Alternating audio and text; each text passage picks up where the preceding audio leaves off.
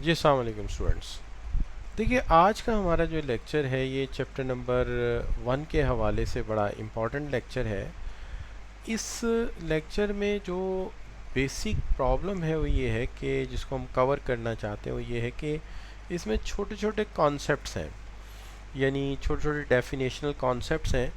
और वो जो छोटे छोटे डेफिनेशनल कॉन्सेप्ट्स हैं उनको प्रॉपरली आप ये कह लीजिए कि एड्रेस नहीं किया। जब हमने आई कैप ने बुक मरतब की है तो they haven't address it properly.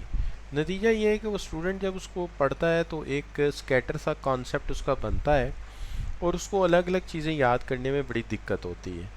तो मैं ये चाहूँगा कि इसको हम इस तरीके से पढ़ें कि ये छोटे छोटे कॉन्सेप्ट मरबूत हो के एक ही जगह इकट्ठे हो जाएं और हमारी मेमोरी में हम इन्हें बिट्स में बांटे नहीं बल्कि एक जगह इन्हें इकट्ठा कर लें और फिर आसानी से ये याद किए जा सकते हैं। अभी तक पहले भी जो चैप्टर 1 के टॉपिक्स मैंने डिस्कस किए हैं उसके अंदर भी आपने यही टेक्निक देखी होगी कि मैंने मुख्तलिफ़ जगह बिखरे टॉपिक्स को एक जगह ला के इकट्ठा करने की कोशिश की है। अभी भी हम ऐसा ही करेंगे। अभी देखिए जो हमारा काम है वो ये कि यहाँ पे हम बात करना चाहते हैं फैक्टर्स ऑफ प्रोडक्शन पे। ठीक है, फैक्टर्स ऑफ प्रोडक्शन के साथ साथ हम बात करना चाहते हैं कैपिटल फॉर्मेशन पे। कुछ टर्म्स हैं, कंजम्पशन है, प्रोडक्शन है, इस पे बात करना चाहते हैं, लेकिन इकोनॉमिक सिस्टम पे बात हम लेटर ऑन करेंगे अपने नेक्स्ट सेशंस में। सबसे पहले तो बात यहाँ से शुरू करते हैं कि हम capital formation, production, consumption and production और टेक्नोलॉजी पे बात करते हैं। इसके हवाले से हम बात को इस तरह आगाज़ कर लेते हैं कि सोचिए कि हमने एक फ़र्म कायम की है, यानी मैंने और आपने एज अ पार्टनर एक फ़र्म बनाई है।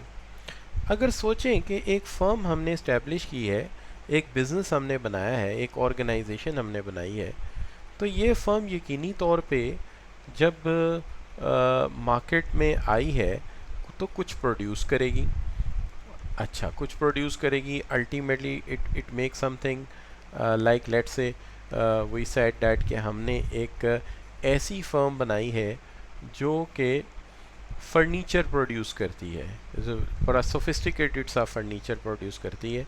तो ये हमारी फर्नीचर की फर्म है। ठीक है जी, हम उसका नाम भी कोई रख लेते हैं, जैसे दुनिया में मुख्तलिफ ब्रांड नेम होते हैं, तो हम इसको कह देते हैं कि ये है शाइन वुड। तो शाइन वुड नाम की हमारी एक कंपनी है और ये जो है ये फर्नीचर के टॉप क्लास प्रोड्यूसर्स हैं। So that's we are doing. अच्छा, अब ज़रा एक मिनट के लिए सोचिए कि अगर हमारी ये फर्म है और हम फर्नीचर बना रहे हैं तो यकीनी तौर पे हमें फर्नीचर बनाने के लिए एक तरफ से इनपुट रिक्वायर्ड हैं। ज़ाहिरी बात है, हमारे पास इनपुट आएंगी तो ही हम आउटपुट प्रोड्यूस करेंगे। अब सबसे पहले तो ये बात समझ आई कि अगर हम एक फर्म प्रोड्यूस करने के लिए बनाते हैं या फर्नीचर प्रोड्यूस करने के लिए एक फर्म बना रहे हैं, शाइनवुड, आप और मैं पार्टनर हैं और हम इसको रन कर रहे हैं, तो इस फर्म को एक तरफ से इनपुट की ज़रूरत है और दूसरी तरफ से आउटपुट की ज़रूरत है होगी या आउटपुट प्रोड्यूस होगी। अब ये इनपुट से आउटपुट तक जाने के लिए ज़ाहिरी बात है वो डूइंग सम एक्टिविटी। क्या एक्टिविटी कर रहे होंगे? हम प्रोडक्शन कर रहे होंगे। हम क्या कर रहे होंगे? हम प्रोडक्शन कर रहे होंगे। अब प्रोडक्शन क्या चीज़ है? अगर प्रोडक्शन को हम आसान अल्फाज में देखें तो ये कोई ऐसी एक्टिविटी है, a process of creating value, process of creating value. यानी हमारी फर्म जो है वो लकड़ी लेती है जिसमें वैल्यू होती है, लेकिन उसकी शक्ल बदल के उसको फर्नीचर बना देती है। तो जब हम उसको लकड़ी से फर्नीचर बनाते हैं तो उसकी कदर बढ़ जाती है। ज़ाहिर है लकड़ी बहुत सस्ती चीज़ है, लेकिन जब उसका फर्नीचर बन जाता है तो उसकी वैल्यू बहुत ज़्यादा इन्हांस्ड हो जाती है, बढ़ जाती है। तो यही तो हमारी फर्म का काम है कि we are getting wood as an input and making furniture by activity, and that activity is known as production. तो ये है प्रोडक्शन जिसने लकड़ी का फर्नीचर बना दिया। अब अगर एक तरफ देखें कि हमने ये काम किया है, तो अगर हमारी बड़ी सोफिस्टिकेटेड किस्म की फर्म है तो यकीनी तौर पे ये आम तरीके से काम तो नहीं करती होगी। ये यकीनी तौर पे कोई टेक्नोलॉजी यूज़ करते होंगे जिसकी बुनियाद पे ये दूसरों से बहुत बेहतर फर्नीचर बना रहे हैं। अब सवाल ये पैदा होगा कि कि प्रोडक्शन के लिए टेक्नोलॉजी का इस्तेमाल किया जा रहा है, और टेक्नोलॉजी का मतलब क्या है। अब टेक्नोलॉजी का मतलब क्या होता है? टेक्नोलॉजी का मतलब ये होता है कि हम डेवलप करें, डेवलपिंग टूल्स, इक्विपमेंट्स, हम टूल बना रहे हैं, इक्विपमेंट्स बना रहे हैं, एंड प्रोसेसेस बना रहे हैं। जाहिर है सिर्फ टूल और मशीन से चीज़ नहीं बन जाती, इसका एक अमल भी तय करना पड़ता है। तो we are developing tools, equipment and process by scientific knowledge. तो हम अपने साइंटिफिक नॉलेज से क्या कर रहे हैं? शाबाश, we are making tools, equipments and all other things. ठीक है जी। तो पहली बात ये समझ आई कि हमारी जो फर्म है that is producing furniture by an activity that is called production. तो production is a process that making and creating value, making furniture of wood, wood से फर्नीचर बना रहे हैं, तो हम कदर बढ़ा रहे हैं, लकड़ी की वैल्यू बढ़ा रहे हैं, ये प्रोडक्शन। लेकिन उस प्रोडक्शन के लिए हम टेक्नोलॉजी का इस्तेमाल कर रहे हैं, और वो टेक्नोलॉजी क्या है कि हमने ऐसे टूल्स, इक्विपमेंट्स और प्रोसेसेस डिज़ाइन कर लिए हैं जिसकी मदद से हम साइंटिफिक नॉलेज को इस्तेमाल करते हुए क्या कर सकते हैं? Bye scientific knowledge increase efficiency. तो हमने टूल्स, इक्विपमेंट और प्रोसेसेस को इस्तेमाल करते हुए अपनी एफिशिएंसी को बढ़ा लिया है, यानी थोड़े वक्त में ज़्यादा प्रोडक्शन कर लेते हैं या थोड़ी एफर्ट से बेटर प्रोडक्शन कर लेते हैं। अब बात समझ आनी चाहिए आपको कि प्रोडक्शन वो अमल था जिससे लकड़ी का फर्नीचर बना और लकड़ी की वैल्यू बढ़ी, तो ये प्रोडक्शन है। लेकिन ये काम चूँकि हम अच्छा करना चाहते थे, हमने टेक्नोलॉजी इस्तेमाल की, और टेक्नोलॉजी क्या है? वो टूल्स और इक्विपमेंट और प्रोसेसेस हैं जो हमने अपनी साइंसी नॉलेज को इस्तेमाल करते हुए बनाया, ताकि हमारी जो पैदावारी सलाहियत है यानी एफिशिएंसी वो बढ़ जाए दूसरों के मुकाबले में। तो ये एक साइड मुकम्मल हो गई जिसको हम कहते हैं कि प्रोडक्शन क्या है और टेक्नोलॉजी क्या है। इसकी डेफिनेशन अगर वैसे आप बुकिश देखना चाहें तो वो भी यही है कि ये एक प्रोसेस है जिसमें हम क्रिएट करते हैं, वैल्यू ऐड करते हैं। जैसे लकड़ी का फर्नीचर मैंने कहा, स्टील की से हमने कार बना दी, तो ये सारा अमल क्या है? वैल्यू बढ़ाने का है। लोहा भी वैल्यूएबल है, स्टील भी वैल्यूएबल है, लेकिन जब गाड़ी बन जाएगी तो वैल्यू ज़्यादा बढ़ जाएगी। तो ये एक प्रोसेस है जो हमने अपनी फैक्ट्री में किया जहाँ फर्नीचर बना रहे हैं। और जहाँ तक टेक्नोलॉजी का सवाल है, मशीनरी और इक्विपमेंट डेवलप करना साइंटिफिक नॉलेज की बुनियाद पे जो हमारी एफिशिएंसी को बढ़ा दे। तो ये दो बातें हो गई। तो अब दो टर्मिनोलॉजी कवर हो गई, एक प्रोडक्शन और एक टेक्नोलॉजी। अब सवाल ये है कि दो तरफा काम है, एक इनपुट है, एक आउटपुट है।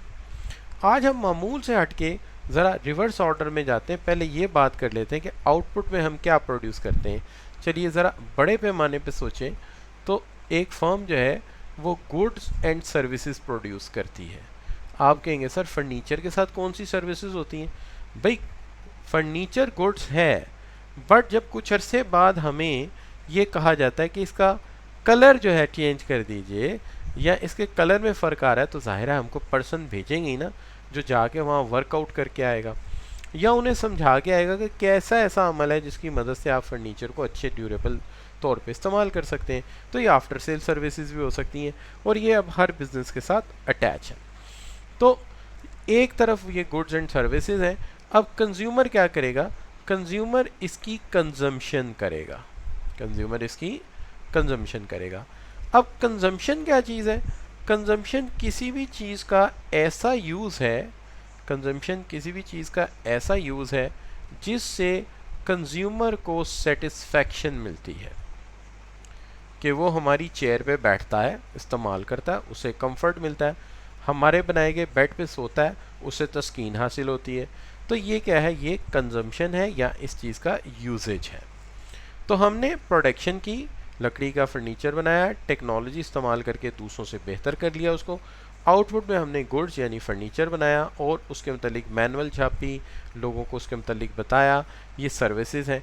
अब कंज्यूमर उसको इस्तेमाल करता है अपनी सहूलत के लिए, अपनी आसानी के लिए, अपनी नींद के लिए, तो ये उसका यूजेज है। अब आम तौर पे अगर हम हट जाएं इस बात से कि ये हमारी अकेले की फर्म नहीं, बहुत सारी फर्म्स हैं। अगर ये बहुत सारी फर्म्स हैं तो ये किस किस तरह के प्रोडक्ट्स बनाती हैं? मार्केट में मुख्तलिफ फर्म्स मुख्तलिफ तरह के प्रोडक्ट्स बनाती हैं। मिसाल के तौर पे कुछ फर्म्स जो हैं वो ड्यूरेबल गुड्स बनाती हैं, जैसे हमारी फैक्ट्री फर्नीचर बनाती है तो ये ड्यूरेबल गुड्स है। आप बताइए कि अगर आप एक फ़र्नीचर ख़रीदते हैं तो वो फर्नीचर कितनी देर तक आप इस्तेमाल करेंगे? तो बाज़ बच्चे कहेंगे सर हम 5 साल करेंगे, बाज़ बच्चे कहेंगे 10 साल करेंगे, लेकिन ईमानदारी से सोचा जाए तो बाज़ ऐसा फर्नीचर है जो 20-20 साल से हमारे घरों में पड़ा हुआ है। तो ये ड्यूरेबल गुड्स होती हैं। लेकिन फर्म्स कुछ ऐसी गुड्स भी बनाती हैं जो इमीडिएटली इस्तेमाल हो जाती हैं, फौरी तौर पे इस्तेमाल हो जाती हैं। मिसाल के तौर पे आप देखते हैं कि बाज़ फर्म्स जो हैं वो प्रोड्यूस करती हैं, यू कैन सी, वो चॉकलेट्स बनाती हैं, वो शैम्पू बनाती हैं, वो सोप बनाती हैं। तो ऐसी चीज़ों को हम कहते हैं ये नॉन ड्यूरेबल गुड्स हैं। यानी ये जो गुड्स हैं ये ज़्यादा लंबा अरसा नहीं चलती। एक दफ़ा जब इनका इस्तेमाल शुरू होता है तो फिर ये बहुत जल्दी जो है, एक दफ़ा जब इनका इस्तेमाल शुरू होता है तो ये बहुत जल्दी जो है इस्तेमाल हो जाती हैं या बहुत जल्दी ख़त्म हो जाती हैं। जैसे साबुन है, चिप्स हैं, ये सारी चीज़ें बहुत ही जल्द ख़त्म हो जाती हैं। तो हम ये कह सकते हैं कि ये वो चीज़ें हैं जो बहुत ही जल्दी फिनिश हो जाती हैं, यानी ख़त्म हो जाती हैं। तो इनको हम नॉन ड्यूरेबल गुड्स कहते हैं। इसके अंदर आप जो चिप्स खाते हैं, डबल रोटी खाते हैं, साबुन का इस्तेमाल करते हैं, शैम्पू का इस्तेमाल करते हैं, एक दफ़ा इस्तेमाल होना शुरू हुआ तो वो वाइंड अप हो जाता है। उसके अलावा फिर सर्विसेज हैं। बाज़ कंपनीज ऐसी हैं जो गुड्स बनाती ही नहीं, खाली सर्विसेज बनाती हैं। जैसे हॉस्पिटल्स हैं, हमारा कॉलेज है, ये सिर्फ़ और सिर्फ जो है सर्विसेज बनाते हैं। यानी खुद देख लीजिए, जो कॉलेज जिसके तहत मैं आपको पढ़ा रहा हूँ ये भी तो सर्विसेज ही प्रोड्यूस कर रहा है ना।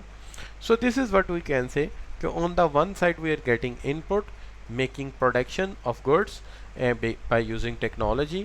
और goods की जब हमने बात की तो हमने कहा goods जो हैं वो 3 टाइप्स की हैं। ये ड्यूरेबल हैं, नॉन ड्यूरेबल्स हैं और सर्विसेज हैं। जैसे डॉक्टर साहब जो हैं वो कोई चीज़ नहीं बनाते लेकिन फ़ीस लेके आपका चेकअप कर लेते हैं। उस चेकअप के नतीजे में क्या होता है कि आप सेहतयाब हो जाते हैं। टीचर साहब जो है फिज़िकली कोई चीज़ नहीं बनाते लेकिन आपको पढ़ाते हैं जिससे आपके पेपर पास हो जाते हैं, क्वालिफाई हो जाते हैं।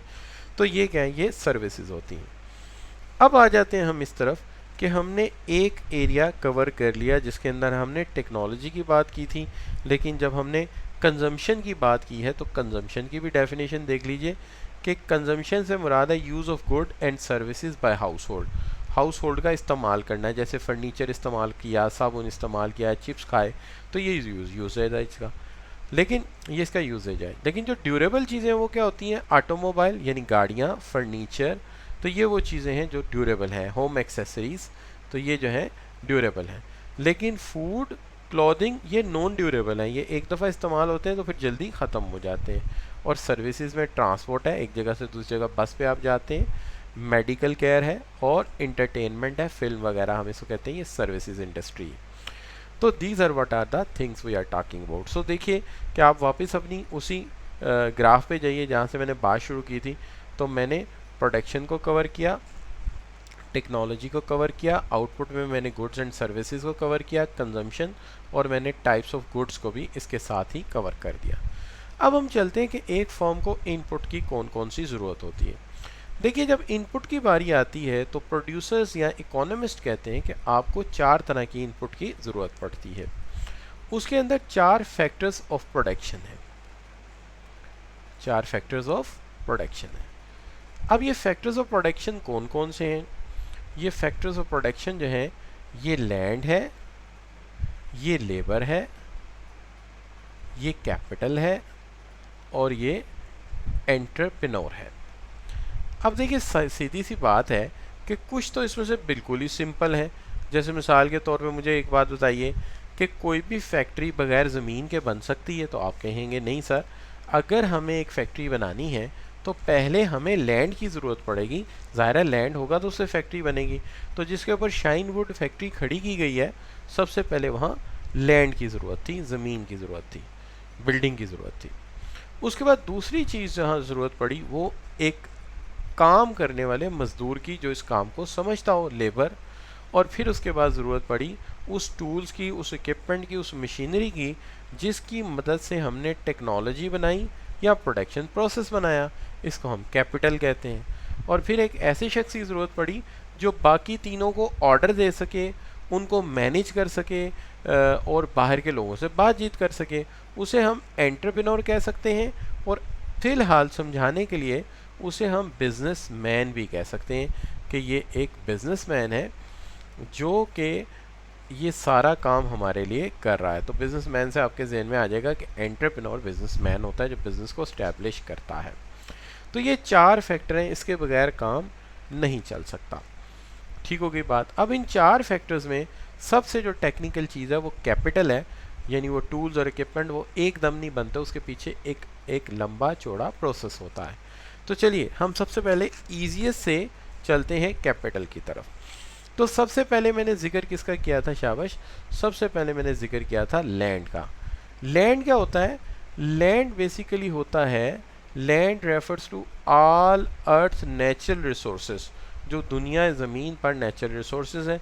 इसके अंदर कुछ नॉन रीन्यूएबल रिसोर्सेज हैं, चूँकि हम कहते हैं कि ज़मीन के नीचे की भी सारी चीज़ें लैंड में और ज़मीन के ऊपर की भी सारी चीज़ें लैंड में हैं, आलमोस्ट जो भी उसके साथ अटैच हैं, इवन क्लाइमेट भी। तो लिहाजा नॉन रीन्यूएबल क्या है कि आपकी ज़मीन के नीचे मिनरल है, ये अल्लाह की देन है, ये दोबारा रीन्यू नहीं होते, अल्लाह चाहेगा तो होंगे।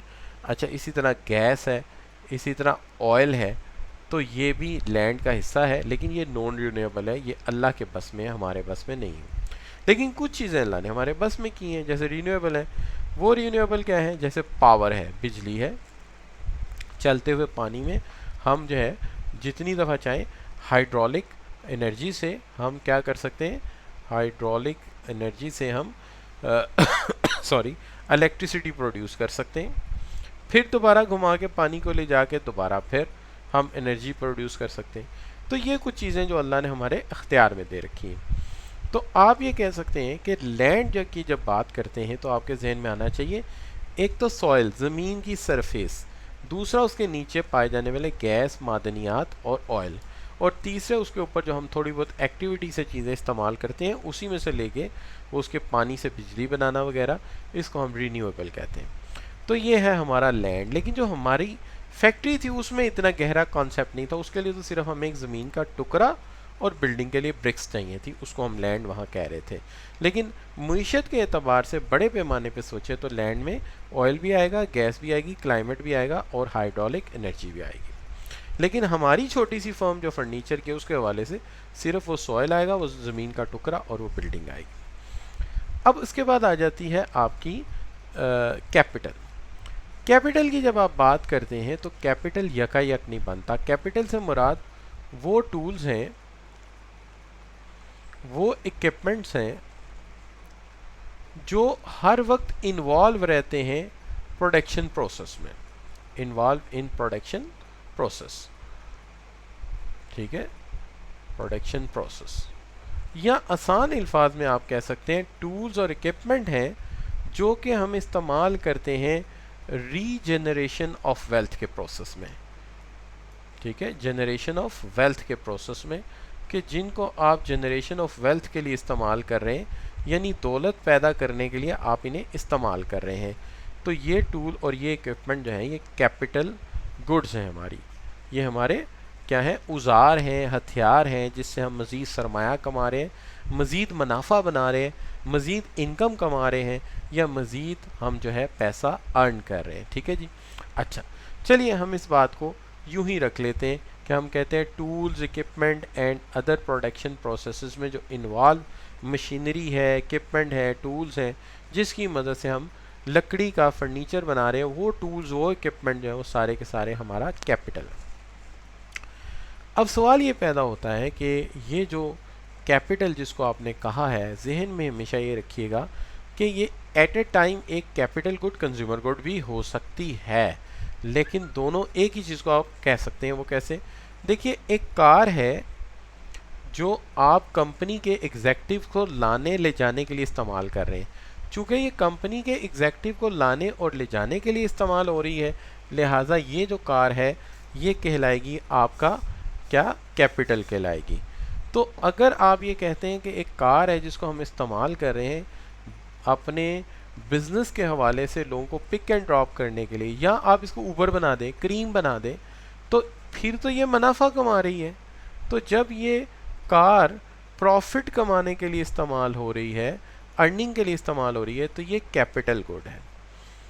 लेकिन अगर ये कार इस काम के लिए इस्तेमाल ना होती, ये आपके घर में होती और ये आपकी सैर के लिए इस्तेमाल हो रही होती, तो फिर ये कंज्यूमर गुड बन जाती, चूँकि इससे आप मज़ीद कोई प्रोडक्शन नहीं कर रहे। इसका मतलब ये है कि एक इंस्ट्रूमेंट का देखना पड़ेगा उसका इस्तेमाल क्या है। ठीक है जी। तो कार कैपिटल गुड है अगर फैक्ट्री यूज़ कर रही है, और कार कंज्यूमर गुड है अगर वो घर में यूज़ हो रही है। ये मार्कर या ये पेन अगर घर में बच्चों के मैथमेटिक्स करने के लिए इस्तेमाल हो रहा है या ड्राइंग करने के लिए हो रहा है तो कंज्यूमर गुड है। लेकिन इस पेन से अगर मैं आपको पढ़ा रहा हूँ तो इससे मेरा कॉलेज फ़ी अर्न कर रहा है, तो अब ये कैपिटल गुड है। तो याद रहे कैपिटल गुड के लिए लाजिम नहीं आप कहें बहुत बड़े रोबोट्स, बड़ी आर्टिफिशियल इंटेलिजेंस बेस्ड मशीनें और जनाब बड़े बड़े हवाई जहाज़ ही सिर्फ कैपिटल हैं। हर वो चीज़ कैपिटल है which is involved in the production process and earning some money for us. So these all goods are involved and we call them capital. So देखिए कि हमने कहा कि लैंड जो है वो क्या है, सरफेस, उसके नीचे का गैस, उसका ऑयल, उसके ऊपर पाए जाने वाले पेट्रोल, क्लाइमेट, और उसके ऊपर अर्न करने वाली जो आपकी एनर्जी है उसको हम लैंड का नाम देते हैं। कैपिटल हम वो तमाम टूल्स और इक्विपमेंट्स को कहते हैं जिसकी मदद से हम दौलत की पैदाइश में मसरूफ़ हैं, हम प्रोडक्शन के अमल में मसरूफ़ हैं, हम मुनाफा कमाने के अमल में मसरूफ़ हैं। जबकि लेबर जो है वो क्या है, लेबर आम तौर पे कंसिस्टेड ऑफ है उस तमाम पॉपुलेशन और आबादी पर जो कि आपके मुल्क में पाई जाती है, लेकिन उसके पास दो चीज़ें हैं।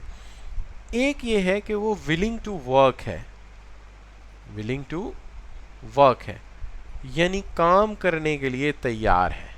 देखिए कोई बंदा बेशक वो चार्टर्ड अकाउंटेंट है, बहुत बड़ा प्रोग्रामर है, वो न्यूरो सर्जन है, लेकिन वो काम नहीं करना चाहता तो वो लेबर नहीं है। उसकी वजह ये कि वो is not willing to work. Secondly उसके पास रिक्वायर्ड एजुकेशन और स्किल्स होनी चाहिए, क्योंकि आज के ज़माने में अगर सैंड में सीमेंट भी मिक्स करना है तो उसके लिए भी रेशो कैलकुलेट करने के लिए मज़दूर का पढ़ा लिखा होना और तरबियत याफ्ता होना ज़रूरी है। तो एजुकेशन एंड ट्रेनिंग ये दो चीज़ें हैं जो लेबर बनाती हैं।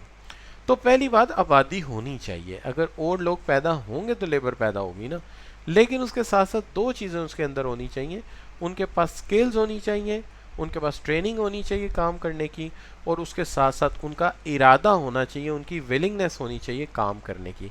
अगर उनका काम करने का इरादा नहीं है तो फिर वो लेबर भी नहीं। अब फैक्टर तीन हो चुके हैं, कौन कौन से?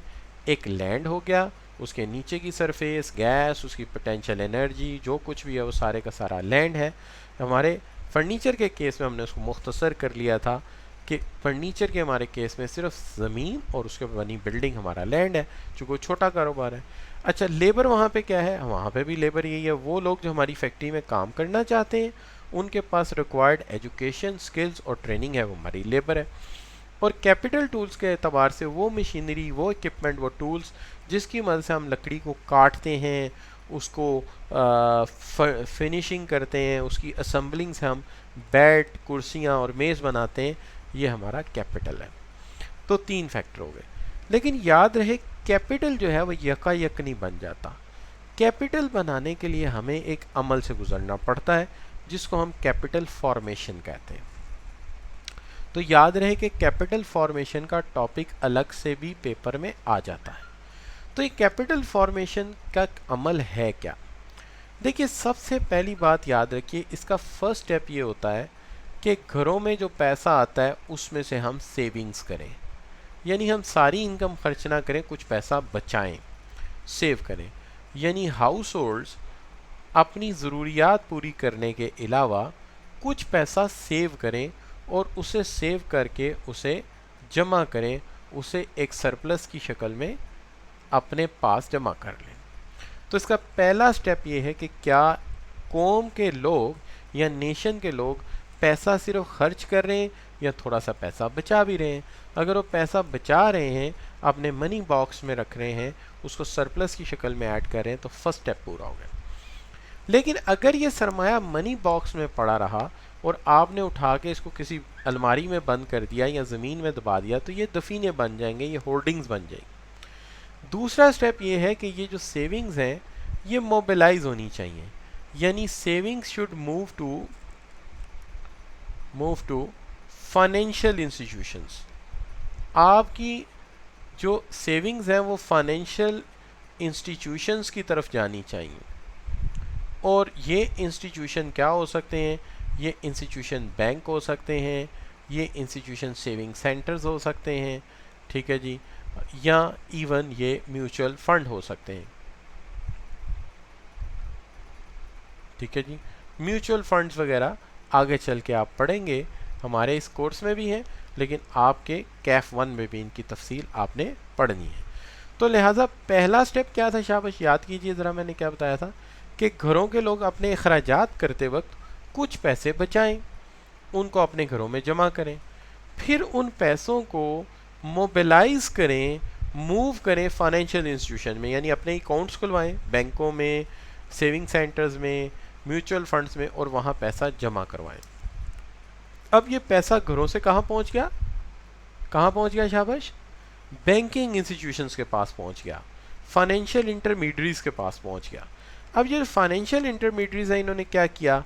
इन्होंने आपसे पैसा ले लिया और आपसे कहा कि जो पैसा आप हमें दे रहे हैं ये पैसा आगे हम प्रोवाइड करेंगे बिजनेसेस को, ये बैंक्स हैं, और इसके बदले में हम आपको जो है वो इंटरेस्ट पे करेंगे या प्रॉफिट पे करेंगे, जो भी हम वहाँ से कमाएंगे हम आपको पे करेंगे।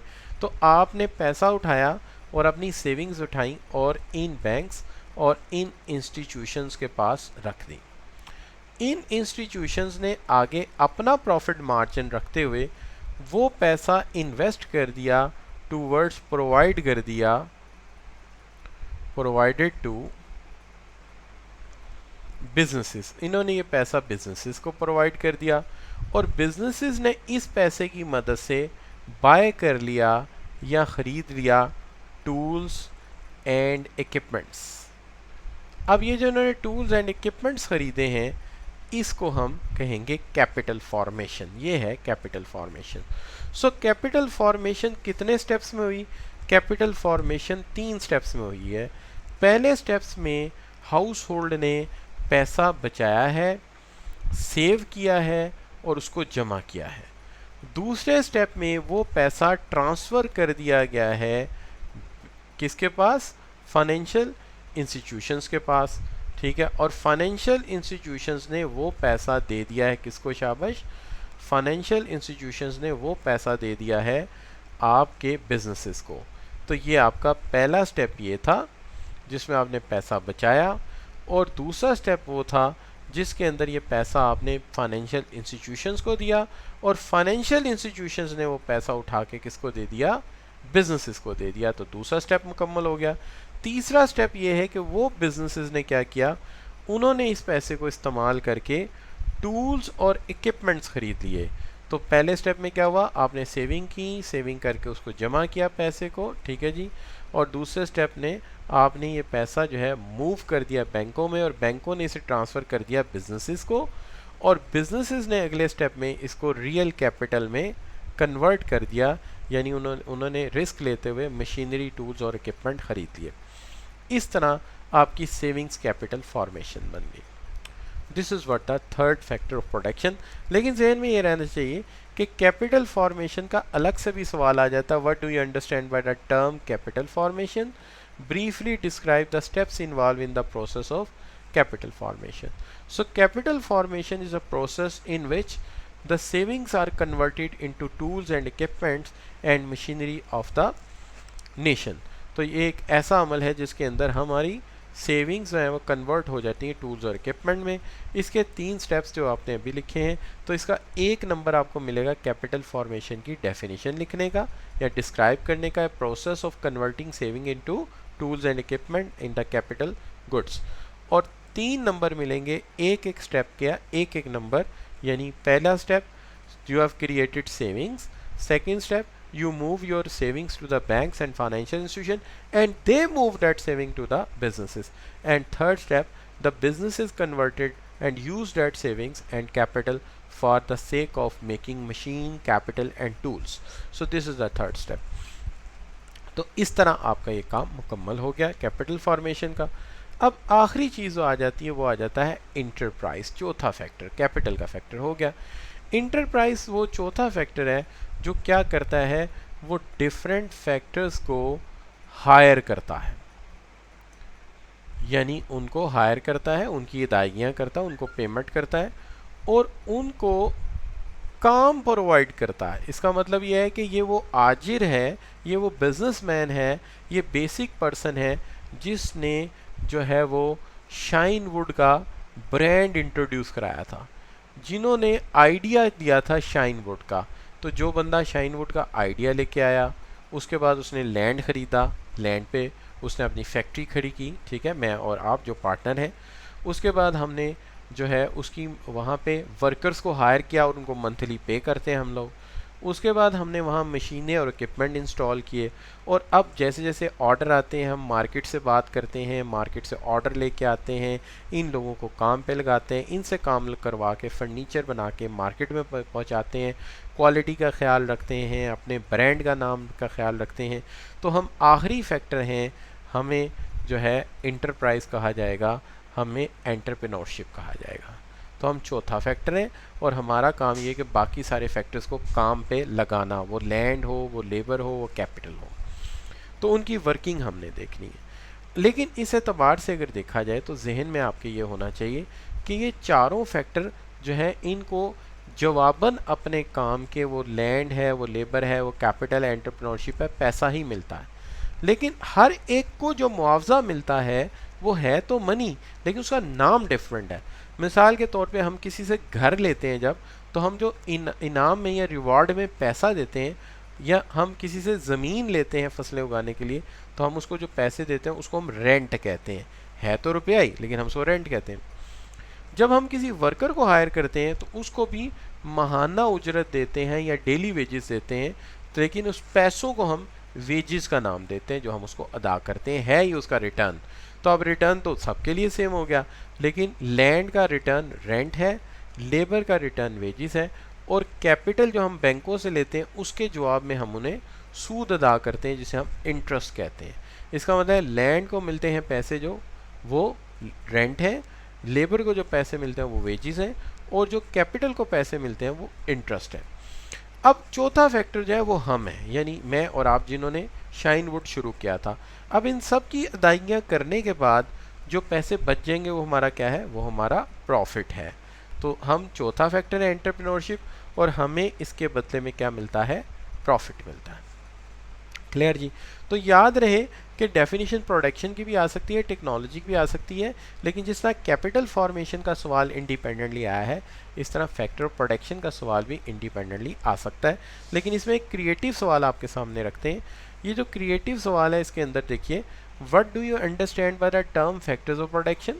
आप फैक्टर ऑफ प्रोडक्शन किसको कहते हैं, what are the types of factors of production use by a school. तो फैक्टर ऑफ प्रोडक्शन हम चार चीज़ों के कॉम्बिनेशन को कहते हैं, यानी पहले पार्ट का जवाब जो है वो ये है कि the combination of 4 factors, land, labour, capital and entrepreneurship is known as enterprise भी लिख सके, is known as factors of production. तो ये पहले पार्ट का जाहिर है, जहाँ साइन ऑफ इंटेरोगेशन आ जाए, एंड आ जाए, कॉमा आ जाए, तो वो हिस्सा अलग हो जाएगा। तो पहले पार्ट का जवाब ये हो गया। अब दूसरा पार्ट है कि what type of factor of production use by a school. School के फैक्टर ऑफ प्रोडक्शन क्या हो सकते हैं। स्कूल के लिए जो लैंड है वो उसकी ग्राउंड हो सकती है और उसकी बिल्डिंग हो सकती है, उसका लैंड है। स्कूल के लिए जो उसकी लेबर है वो उसके टीचर हो सकते हैं, वो उसका सपोर्ट स्टाफ हो सकता है, तो ये उसकी लेबर है। ज़ाहिर है हमें तो जल्दी से एग्जांपल देनी है, 3 तो सारे नंबर हैं। उसका जो कैपिटल है वो उसका लैब इक्विपमेंट है, ठीक है जी, इक्विपमेंट हमने ज़रा शो करना था। अच्छा, या उसकी कंप्यूटर लैब है, ठीक है जी, या उसकी डिजिटल लाइब्रेरी है।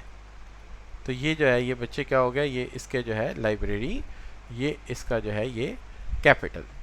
जो इसका एंटरप्रेन्योरशिप है या जो इसका एंटरप्राइज है, ये वो शख्स है who bring the idea of school, जिन्होंने स्कूल का आइडिया लाए थे और जो स्कूल को मैनेज कर रहे हैं और स्कूल की जो है वो कोर्स आउटलाइंस वगैरह को देख रहे हैं, ठीक है, कोर्सेज वगैरह को मैनेज कर रहे हैं, ठीक है।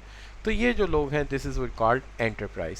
सो वी कैन से लैंड उसकी ग्राउंड है, उसकी बिल्डिंग है, लेबर उसके टीचर है, उसका स्टाफ है, कैपिटल जो है उसका वो इक्विपमेंट है वहाँ का, वहाँ की कंप्यूटर लैब है, वहाँ की लाइब्रेरी है, और इंटरप्राइज जो है वो आइडियाज़ देने वाले। इसी तरह मेरा जो शाइन वुड है, अगर उसे आप देखते हो तो शाइन वुड में क्या था, यही बातें थी। शाइन वुड में देखिए कि हमारी जो फैक्ट्री की जगह है, जो हमारी फैक्ट्री की शेड है, जो हमारी फैक्ट्री का जो बेसिकली गोदाम वगैरह है, वो हमारा लैंड है। अच्छा, जो हमारे यहाँ वर्कर काम करते हैं, ठीक है, जो ट्रेंड वर्कर है हमारे, वो हमारी लेबर है, और वहाँ पे हमारी जो कटिंग मशीनें हैं और जो हमारी बफिंग मशीनें हैं और जो हमारी फिनिशिंग मशीनें हैं, ये सारी की सारी जो है हमारा कैपिटल है। और मैं और आप जिन्होंने शाइन वुड का आइडिया दिया और इन लोगों को काम पे लगाया, हम इसके एंटरप्रेन्योर हैं या हम इसकी एंटरप्राइज हैं, और हम इसकी मैनेजमेंट भी हैं और हम इसको ऑर्गेनाइज भी कर रहे हैं, ठीक है जी। तो मैं और आप जो है हम इसके जो है वो एंटरप्राइज हैं। तो ये बच्चों हो गया कि हमारा जो है वो फैक्टर। इसके हवाले से कोई एमसीक्यूज भी पूछा जा सकता है कि spring 11 which of the following is not a factor production, land है, लेबर है, एंटरप्रेन्योरशिप है, मनी कहीं भी नहीं आता। इसकी जगह अगर कैपिटल होता तो फिर बात ठीक थी। ऐसा सवाल क्वेश्चन बैंक में भी दिया हुआ है, ठीक है, हो सकता है वहाँ से क्वेश्चन में आया हो और यहाँ फिर इधर आया हो। तो आज के हवाले से इतना ही। आज के काम में मैंने आपको प्रोडक्शन की डेफिनेशन बताई, टेक्नोलॉजी की डेफिनेशन बताई, फैक्टर्स ऑफ प्रोडक्शन की डेफिनेशन बताई, कैपिटल फॉर्मेशन पे बात की, फैक्टर प्रोडक्शन के बारे में बताया, और इसके अलावा मैंने आपको durable, non durable and services goods के बारे में बात की। तो होप आपको समझ आई होगी। Thank you very much for, अगर कोई मसला हो तो आप मुझे व्हाट्सएप पर रब्ता कर सकते हैं। Thank you very much for joining. अल्लाह हाफ़िज़।